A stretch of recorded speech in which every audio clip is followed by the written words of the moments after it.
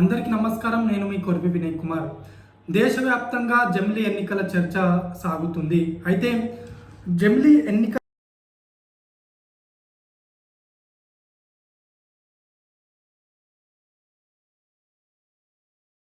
ఎట్టకేలకు కేంద్ర కేబినెట్ జమిలీ ఎన్నికలకు ఆమోదం తెలిపింది.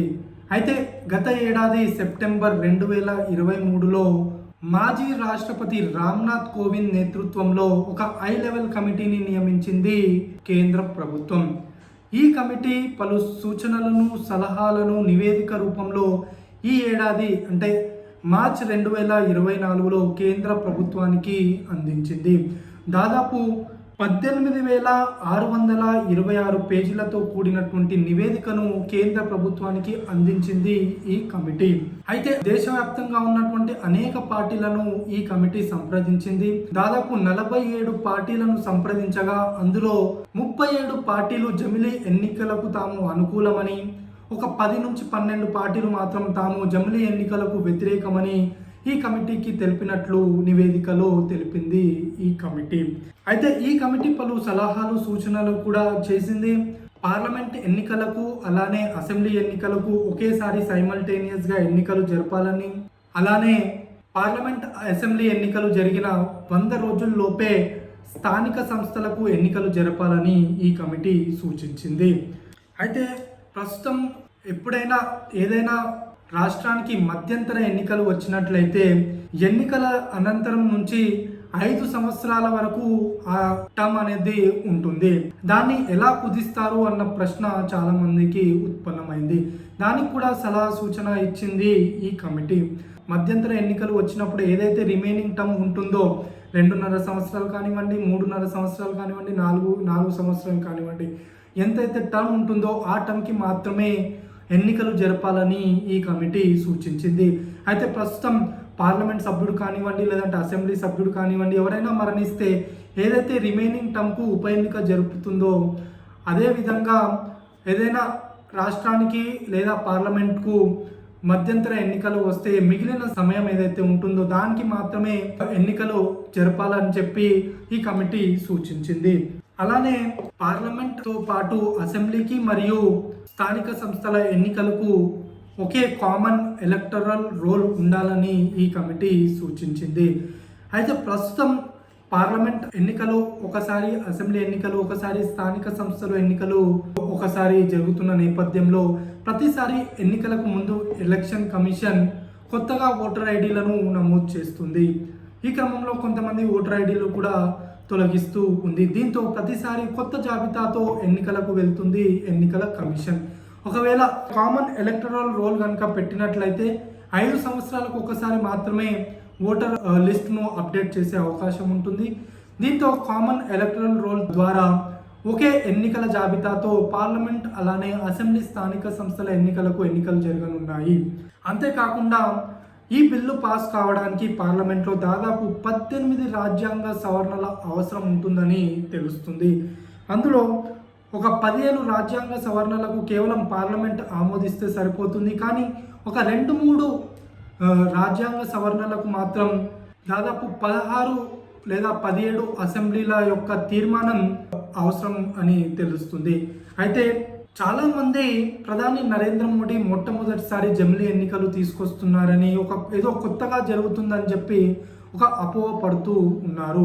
కానీ నిజానికి స్వాతంత్రం వచ్చిన తర్వాత జరిగినటువంటి మొట్టమొదటి ఎన్నికలతో పాటు మొదటి 4 సాధారణ ఎన్నికలు కూడా జమిలీ ఎన్నికలే. పార్లమెంట్ ఎన్నికలతో పాటు రాష్ట్రాల అసెంబ్లీ ఎన్నికలు ఒకేసారి జరిగాయి. 1951, 52లో, అలానే 57లో, 62, అలానే 67, అంటే దాదాపు 20 సంవత్సరాల పాటు దేశంలో. ఆ తర్వాత మధ్యంతర ఎన్నికలు జరిగినప్పటి నుంచి 5 సంవత్సరాల పాటు పీరియడ్తో ఎన్నికలు జరగడం వల్ల ఇప్పుడు అదంతా డిస్టర్బ్ అయిపోయి రాష్ట్రాలకు ఎన్నికలు సపరేట్గా జరుగుతూ వస్తుంది. ఒకవేళ జమిలీ ఎన్నికల బిల్లు కనుక పాస్ అయితే దేశవ్యాప్తంగా పార్లమెంట్, అసెంబ్లీ అలానే స్థానిక సంస్థల ఎన్నికలు సైమల్టేనియస్గా ఒకేసారి జరిగే అవకాశాలు ఉన్నాయి. అయితే మొన్న జరిగినటువంటి పార్లమెంట్ ఎన్నికలతో పాటే ఒడిశా, అరుణాచల్ ప్రదేశ్, ఆంధ్రప్రదేశ్ అలానే సిక్కిం రాష్ట్రాలకు సైమల్టేనియస్గా పార్లమెంట్ ఎన్నికలతో పాటే ఎన్నికలు జరిగాయి. తెలంగాణకు కూడా అప్పుడే ఎన్నికలు జరిగి ఉండేవి. కానీ మధ్యంతర ఎన్నికల కారణంగా ఒక 6 నెలల ముందుకు తెలంగాణ రాష్ట్రం వెళ్ళడం ద్వారా ఇక్కడ ఎన్నికలు జరగలేదు. నిజానికి జమిలీ ఎన్నికల వల్ల లాభమా నష్టమా అంటే ఎక్కువగా లాభమే జరిగే అవకాశాలు ఉన్నాయి. ప్రతి ఎన్నికకు కూడా దాదాపు 60,000 కోట్ల రూపాయల ఖర్చు జరుగుతుందని మనకు తెలుస్తుంది. అయితే ప్రస్తుతం దేశవ్యాప్తంగా జనాభా 140 కోట్లు. అంటే ఇందులో ఓటర్ ఐడి కలిగిన వారు ఒక 90 కోట్ల నుంచి 100 కోట్ల మంది ఉంటారు. అందులో ఓటు హక్కు వినియోగించుకునే వారు 60 కోట్ల నుంచి 70 కోట్ల మంది ఉంటారు. 60,000 కోట్లను కనుక మనం డివైడ్ చేసినట్లయితే ఒక్కో వ్యక్తికి 100 రూపాయలు 1000 రూపాయలు వస్తుంది. అంటే ఒక వ్యక్తి పైన 1000 రూపాయలు ఖర్చు చేయడం అనేది పెద్ద విషయం కాదు. ఎందుకంటే దేశ బడ్జెట్ 40 నుంచి 50 లక్షల కోట్ల రూపాయలు ఉంది కాబట్టి ఇది పెద్ద ఖర్చు కాదు. కానీ ఎన్నికలు జరిగిన ప్రతిసారి ఇంత ఖర్చు పెట్టడం అనేది పెద్ద ఆర్థిక భారంగా మారుతుంది. ఒకవేళ 5 సంవత్సరాలకు ఒకసారి కనుక ఈ ఖర్చు పెట్టినట్లయితే చాలా ఖర్చును మనం సేవ్ చేసిన వాళ్ళం అవుతాము. అలానే హ్యూమన్ రిసోర్సెస్ అంటే ప్రభుత్వ ఉద్యోగుల యొక్క సమయాన్ని కూడా మనం కాపాడిన వాళ్ళం అవుతాం. ప్రభుత్వ టీచర్లు తమ బడిని విడిచిపెట్టి ఎన్నికల ప్రక్రియలో పాల్గొంటున్నారు. దీనివల్ల పిల్లలు తమ విద్యా సంవత్సరాన్ని కోల్పోతున్నారు. వారికి అందాల్సినటువంటి నాణ్యమైనటువంటి విద్య వాళ్ళకు అందడం లేదు. దీనివల్ల పిల్లలు పెద్దగా చదువుకోలేకపోతున్నారు. అలాగే ప్రభుత్వ ఉద్యోగులు తమ యొక్క కార్యాలయాలను విడిచిపెట్టి ఈ ఎన్నికల ప్రక్రియలో పాల్గొనడం వల్ల ప్రభుత్వ కార్యాలయాలకు వెళ్తున్నటువంటి ప్రజల యొక్క ప్రాబ్లమ్స్ సాల్వ్ కావడం లేదు. వాళ్ళు చెప్పులు అరిగేలా ప్రభుత్వ కార్యాలయాల చుట్టూ తిరగాల్సి వస్తుంది. దీనివల్ల చాలా సమయం ప్రజలది వృధా అవుతుంది. అలానే పోలీస్ స్టేషన్లో ఉండి విచారించాల్సిన పోలీసులు ఎన్నికల ప్రక్రియలో పాల్గొని బందోబస్తుగా ఉంటూ విచారణలో ఎక్కువ సమయం గడపలేకపోతున్నారు. దీని ద్వారా విచారణలో వేగవంతం తగ్గి నేరస్తులు బయట యథేచ్ఛగా తిరుగుతున్నారు. కాబట్టి ఎన్నికల ప్రక్రియ కనుక కేవలం 5 సంవత్సరాలకు ఒక్కసారి కనుక ఉన్నట్లయితే చాలా ప్రభుత్వ కార్యాలయాల యొక్క సమయాన్ని, చాలామంది ప్రజల యొక్క సమయాన్ని మనం సేవ్ చేసిన వాళ్ళం అవుతాము. అలానే రాజకీయ నాయకులు, మంత్రులు, ఎమ్మెల్యేలు, ఎంపీలు వీళ్ళు తమ ప్రజలకు అందుబాటులో ఉండాల్సిన సమయంలో ఎక్కడ ఎన్నికలు ఉంటే అక్కడ వారం రోజుల పాటు, నెల రోజుల పాటు ఉండడం వల్ల వారి యొక్క నియోజకవర్గ ప్రజలకు వాళ్ళు అందుబాటులో ఉండలేకపోతున్నారు. దీని ద్వారా కూడా అనేకమైనటువంటి సమస్యలు పెండింగ్లో ఉంటున్నాయి. ఒకవేళ 5 సంవత్సరాలకు ఒకసారి ఎన్నికలు జరిపినట్లయితే వీళ్ళు సచివాలయంలో ప్రజలకు అందుబాటులో ఉంటారు, వారి యొక్క నియోజకవర్గంలో ప్రజలకు అందుబాటులో ఉంటారు. అనేకమైనటువంటి సమస్యలను వాళ్ళు తీర్చే అవకాశం ఉంటుంది. కేవలం 5 సంవత్సరాలకు ఒక్కసారి మాత్రమే రాజకీయాలు చేసే అవకాశం ఉంటుంది. మిగిలిన 4.5 సంవత్సరాల పాటు వాళ్ళు రాజకీయాలను విడిచిపెట్టి కేవలం ప్రజా సంక్షేమం పైనే ఫోకస్ చేసే అవకాశం ఉంటుంది. ఇన్ని ప్రయోజనాలు ఉన్నటువంటి జమిలీ ఎన్నికలు నిర్వహించడం సబబే. అయితే కేవలం భారతదేశంలో మాత్రమే ఫిక్స్డ్ టెన్యూర్ లేదు, ఇతర దేశాల్లో ఫిక్స్డ్ టెన్యూర్ అనేది ఉంది. యుఎస్ లో కనుక మనం చూసినట్లయితే అక్కడ ప్రెసిడెంట్ ఎన్నికలతో పాటు హౌస్ ఆఫ్ రిప్రజెంటేటివ్స్కి ఎన్నికలు జరుగుతాయి, సెనేట్కి ఎన్నికలు జరుగుతాయి. కానీ ఇవన్నిటికీ కూడా ఒక ఫిక్స్డ్ టర్మ్ అనేది ఉంది. ఒకవేళ మధ్యంతర ఎన్నికలు వచ్చినట్లయితే ఆ మిగిలిన టర్మ్కి మాత్రమే అక్కడ ఎన్నికలు జరుపుతారు. ఒకవేళ ప్రెసిడెంట్ చనిపోతే మళ్ళీ ఎన్నికలు జరపరు, వైస్ ప్రెసిడెంట్గా ఉన్న వ్యక్తి ప్రెసిడెంట్ అవుతారు. సో చాలా సమయం ఇక్కడ వారికి సేవ్ అవుతుంది. అలానే ప్రపంచంలోనే అతిపెద్ద జనాభా కలిగిన దేశాల్లో 3వ స్థానంలో ఉన్నటువంటి ఇండోనేషియాలో కూడా ఒకేసారి ఎన్నికలు జరుపుతారు. అలానే సౌత్ ఆఫ్రికాలో కూడా ఫిక్స్డ్ టెన్యూర్ అనేది ఉంది. ఇన్ని దేశాల్లో ఫిక్స్డ్ టెన్యూర్ ఉన్నప్పుడు భారతదేశానికి మాత్రం ఫిక్స్డ్ టెన్యూర్ ఉంటే తప్పేంటి? అలానే రాజ్యసభ ఎన్నికలు మాత్రం ఒకవేళ ఆ సభ్యుడు రాజీనామా చేసినా లేదంటే మరణించినా కూడా అతని టర్మ్ ఏదైతే మిగిలి ఉందో ఆ మిగిలిన టర్మ్కి మాత్రమే ఎన్నికలు జరుపుతారు. అంతేకాకుండా ప్రతి ఏడాదికి ఒకసారి 1/3 ఆఫ్ ద మెంబర్స్ ఎలెక్ట్ అవుతూ ఉంటారు.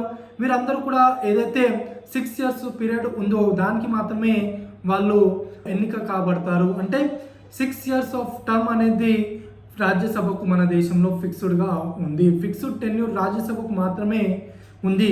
ఒకవేళ జమిలీ ఎన్నికలు కనుక జరిగితే అసెంబ్లీ, పార్లమెంట్, స్థానిక సంస్థలతో పాటు రాజ్యసభకు ఫిక్స్డ్ టెన్యూర్ రానుంది. అయితే ఈ జమిలీ ఎన్నికల బిల్లును ఎలా ఆమోదిస్తారు అన్న ప్రశ్న ఉత్పన్నం అవుతుంది. ఎందుకంటే ఇప్పుడు ఈ బిల్లును పార్లమెంటులో అంటే లోక్సభలో లేదా రాజ్యసభలో పాస్ చేయాలి అంటే 2/3 మెజారిటీ అనేది అవసరం. ఎందుకంటే దాదాపు 18 రాజ్యాంగ సవరణలు చేయాల్సిన అవసరం ఉంది.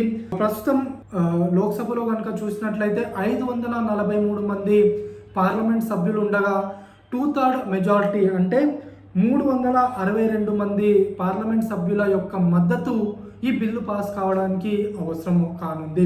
అయితే ప్రస్తుతం ఎన్డీఏ ప్రభుత్వానికి కేవలం 293 మంది పార్లమెంట్ సభ్యుల బలం మాత్రమే ఉంది. అంటే దాదాపు 69 మంది ఎంపీల యొక్క మద్దతు ఈ బిల్లు పాస్ కావడానికి ఎన్డీఏ ప్రభుత్వానికి అవసరం ఉంటుంది. అలానే రాజ్యసభలో కనుక చూసుకున్నట్లయితే 245 మంది పార్లమెంట్ సభ్యులు ఉండగా ఇక్కడ ప్రస్తుతం 9 స్థానాలు ఖాళీగా ఉన్నాయి. ఈ 9 స్థానాలను కనుక పక్కన పెట్టినట్లయితే మొత్తం 236 స్థానాలకు గాను 2/3 అంటే దాదాపు 156 మంది రాజ్యసభ సభ్యుల యొక్క మద్దతు అవసరం ఉంటుంది ఈ బిల్లు పాస్ చేయడానికి. అయితే ఎన్డీఏ వద్ద కేవలం 121 మంది రాజ్యసభ సభ్యుల బలం మాత్రమే ఉంది. అంటే దాదాపు 35 మంది రాజ్యసభ సభ్యుల అవసరం ఎన్డీఏ ప్రభుత్వానికి పడనుంది. అయితే గత 10 సంవత్సరాల నుంచి కనుక మనం చూసినట్లయితే ఏదో ఒక విధంగా నయానో భయానో బెదిరించో భయపెట్టించో ఎలాగో అలాగా ఇతర చిన్న చితక పార్టీల ఎంపీలను తమ వైపు తిప్పుకొని రాజ్యసభలో అలానే లోక్సభలో బిల్లులు పాస్ చేసుకుంటుంది ఎన్డీఏ ప్రభుత్వం. ఇక ముందు కూడా అలానే జరిగే అవకాశం ఉంది. ఎలాగో అలాగా ఈ జమిలీ ఎన్నికల బిల్లును పార్లమెంట్లో ఆమోదింపజేసుకునే అవకాశాలే ఎక్కువగా కనబడుతున్నాయి. అలానే అసెంబ్లీలో తీర్మానాలు కూడా జరిగే అవకాశాలు ఉన్నాయి.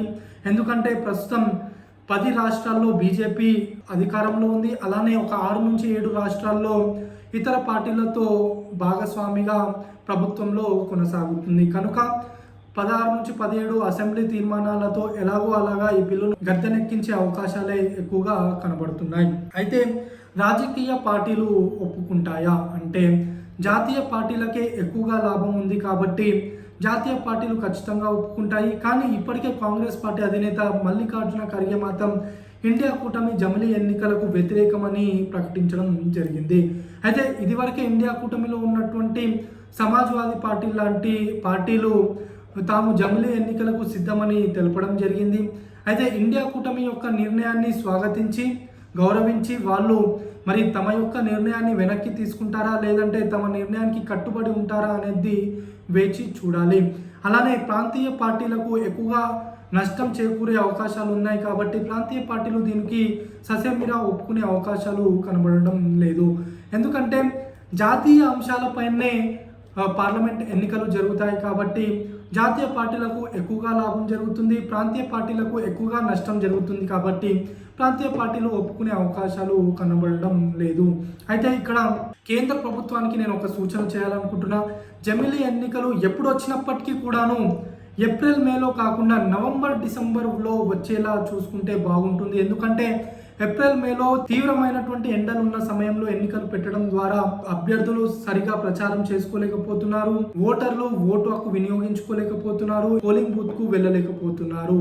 కాబట్టి ఎలాగైతే తెలంగాణ, రాజస్థాన్, మధ్యప్రదేశ్, మహారాష్ట్ర ఇతర రాష్ట్రాల్లో నవంబర్ డిసెంబర్లో ఎన్నికలు జరుగుతాయో అలానే పార్లమెంట్కు, అసెంబ్లీకు అలానే లోకల్ బాడీస్కి కూడా నవంబర్ డిసెంబర్లో ఎన్నికలు జరిగేలా చూసుకుంటే బాగుంటుంది. ఏదేమైనప్పటికీ కూడా